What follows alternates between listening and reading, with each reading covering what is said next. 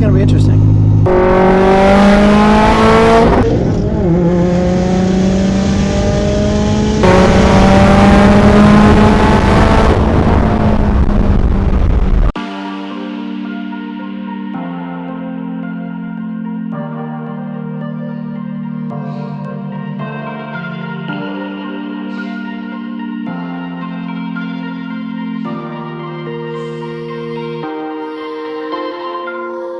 Got my mind busy, got the wheels spinning, make me feel like I tried too hard. Is there such a thing? Oh, I just call me. If you keep dealing all the cards, won't you even give me something that is ours? If you In today's video, we're going to be kicking it with Cali Wrx, aka the 450 wheel Wrx. It's gonna be fun. All right, so we finally made it out to the boy Cali Wrx, aka Clint, and we are with, this is the 2014 Wrx, but pretty much at this point full STI swapped. Correct. Well, quick question, why did you personally go Wrx over STI? Personally, I couldn't afford an STI at the time. Like, Same thing. graduated high school, just started a new job, didn't know the job would last. Fast forward 5 years, it did. So if I knew, I would have bought an STI, but it was also like I tell everyone, the hatches were no longer being made. So a base STI hatch, they wanted like 42 for. How long have you had this car? Since 2014. Oh shit, I didn't know that. Okay, damn. Yeah. So I got this, luckily, only $2 grand more than MSRP. Okay. But I had to bop around from different places. One place wanted $9 grand more for a base WRX. So they wanted $39,000 for a base WRX. God. Well, now it's been what, about 5 years, and it's come a long way. So let's go ahead and talk about it. Let's talk about the outside first.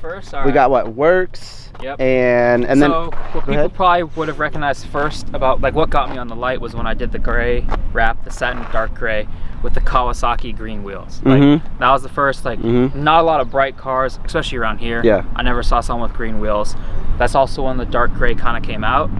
So for a bit I was the first one with like the dark gray. Yeah. And then definitely people caught on. Yeah. Well, that's definitely what caught people's attention on Instagram and YouTube was that wrap job, the wheel color. Well, I think the most important, actually let's go interior and then we can talk about the engine. Interior, let's start in the back because this is definitely the most interesting in my opinion, which I had no idea you had, and apparently everyone thinks this is for bags, which is absolutely not for bags. Radium is a company that do fuel system stuff. Fuel systems, pretty much, right? Basically. So let's go ahead and talk about it. Kind of stuff like that. So this is a surge tank, like Alex, I got tuned at Travis, and recently on the old block, which was sleeved, we were running out of fuel. So the option was I could hardwire a bigger fuel pump or I could go surge tank. And since I've tracked the car, surge tank makes the most sense as you don't get any more fuel slosh and there's always fuel going to the motor. Question, are you now, I saw you had Radium, the fuel rails, but are you running now, it's like a parallel setup? Yep. God, that's what I wanted to do for the longest time because I think it's cylinder like 3 or one of the cylinders gets fed last or something like 3. that. 3. Yeah. That's the one that probably goes at that point. So now no more fuel starvation problems. Cylinder 4 is actually the first one to usually go for heat wise. Interesting. Interesting. Which is why if you do an EGT gauge like I have, plug it into cylinder 4. And then also there's a cylinder 4 cooling mod. I saw that where they route it differently or they tap into the head or something weird. Tap into the coolant and something like that. Like I saw that. It's only $40 or something. I saw the kit. Like, okay, maybe it's worth doing. But interesting. Well, this is now your third motor. Yep. Oh, I feel so bad. I feel so bad. I blew the sleeve block, which is like the one all build, like the super robust motor, but we didn't do any oil. So stock oil pan, no baffles, no oil control valve. No pickup, no nothing? I just had the pickup, an AOS, and then shaved like 11 seconds off my personal best, and poof. And then there it went. Very expensive paperweight. So let's go ahead and talk about the front as well. So it looks like you have, is this auto power half cage? Yeah. Sweet. And then the seats, what are we looking at? Let's go to the other side. Let's go to the other side. Big ass drum. Because you're stripped now. It's completely stripped. Pretty much at this point. Jesus Christ. And then when you're E85. Correct. Excellent. So we got the half gauge and then the seats, of course. So I had the Sparco Evo seats, but they weren't aggressive enough for track driving. They're definitely good daily or spirited runs. I started out with the Ergo. The Ergo kind of hurt my back. Alex will feel it sits a lot more upright than a lot of other seats. So after long drives and driving to and from the track, my back kind of got tight. Yeah. So I actually was gonna sell the Ergo and pick up a different seat. So I ordered a Sparco Sprint, which is $350 shipped. And they sent this one out. The Pro Ad. What the Pro the 2000. fuck? The Pro Ad 2000. Maybe they felt bad for you. You know, Well, your back was hurting. I mean, the box had the right parts number. The But label then had this the was parts in it. run number. Yeah, and then they sent this 1350. What the hell? So I was like, all right, I'll keep that. I won't sell the other seat. And so that's because I don't really care. Passenger can have whatever kind of seat. But now they luck out and they have a Halo full folded seat. So as far as the engine stuff, I don't even know what you have. You said 3071 for the turbo and You're at 37R. Flex fuel, equal length headers, catless. Really big fuel system. is the bottom end built? No. No. So it's stock case. Okay. But everything inside is forged. So basically we took what we had in the sleeve block and we had a stock case. I couldn't wait for another sleeve motor, so we just threw everything in a stock case. Kept the PSI at 22, really conservative, keep the motor happy, and stock cases can hold a decent amount. Yeah. But the main thing that we upgraded is that the oil control What is valve. this? Okay.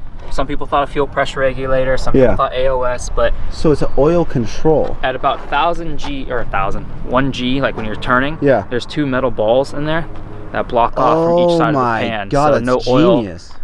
oil sloshes out of the motor and fills your AOS, so everything stays in the motor where it should be. I didn't even know they made that. I didn't either until like Adam, who time attacks and stuff like that, mentioned it to me. They just released it, I think. And holy shit, that's genius. that thing saved me a So lot. if you're doing autocross or tracking, that's a mess. I think more track, because you're sustaining those G's for a long period of time.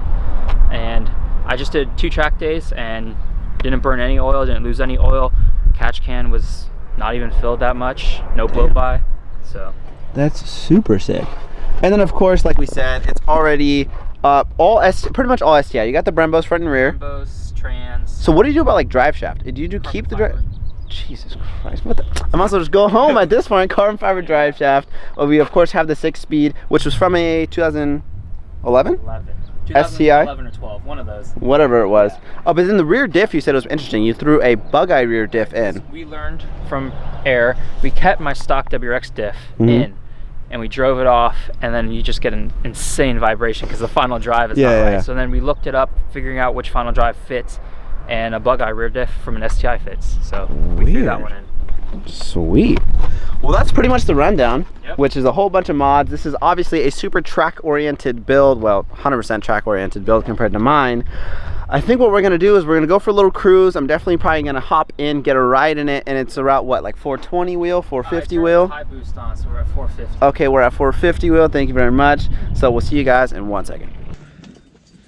Oh God. Oh God. Oh, sketchy.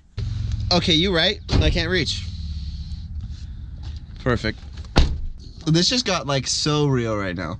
This is great. Oh my God, here we go. This is gonna be interesting. Bro, the backfire is gnarly. Oh my God.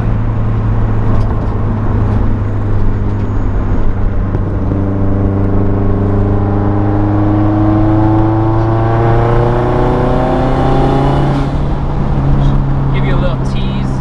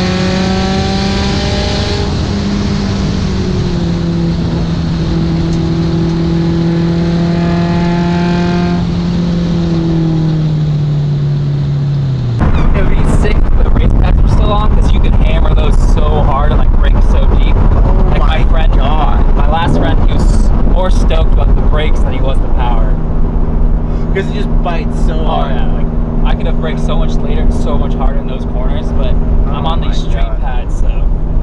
But you're not squealing everywhere. Yeah, I'm not blowing out my eardrums. Yeah. Oh my god. It feels so. Okay, I'm surprised by everything. Suspension, the way it pulls, the way it handles. Like, ISC is very nice. Oh, I didn't know this. Oh my god. Damn, bro. It stays like so composed. Yeah. That's like. Even when you do start to get a little loose or squirrely, like it like finds itself really fast. It doesn't. There's no like feeling of oh shit. No. Because when I was in Laguna, it was actually raining my very first session. Yeah. And, like I got squirrely, but it was nothing. Like that it finds its composure out. so fast. We're ready to go.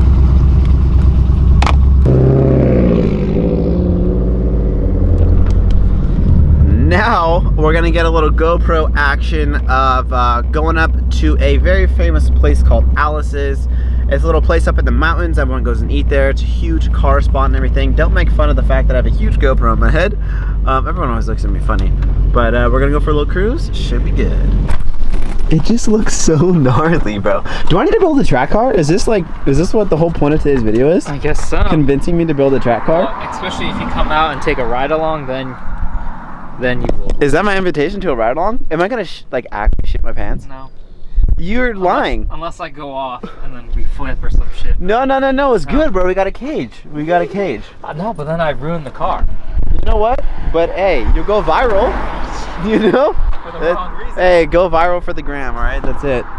Okay, so I'm thinking we're pretty much finished up with this video. I had a super good time.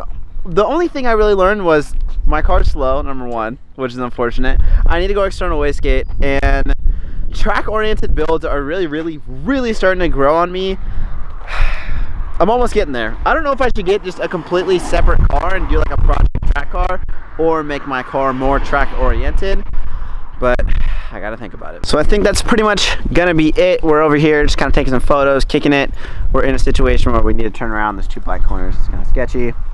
But I think that's going to be it. Just like I said, make sure you check out the boy, Cali Wrx. His Instagram is absolutely popping. He's got like twice as many followers as me. It's messed up.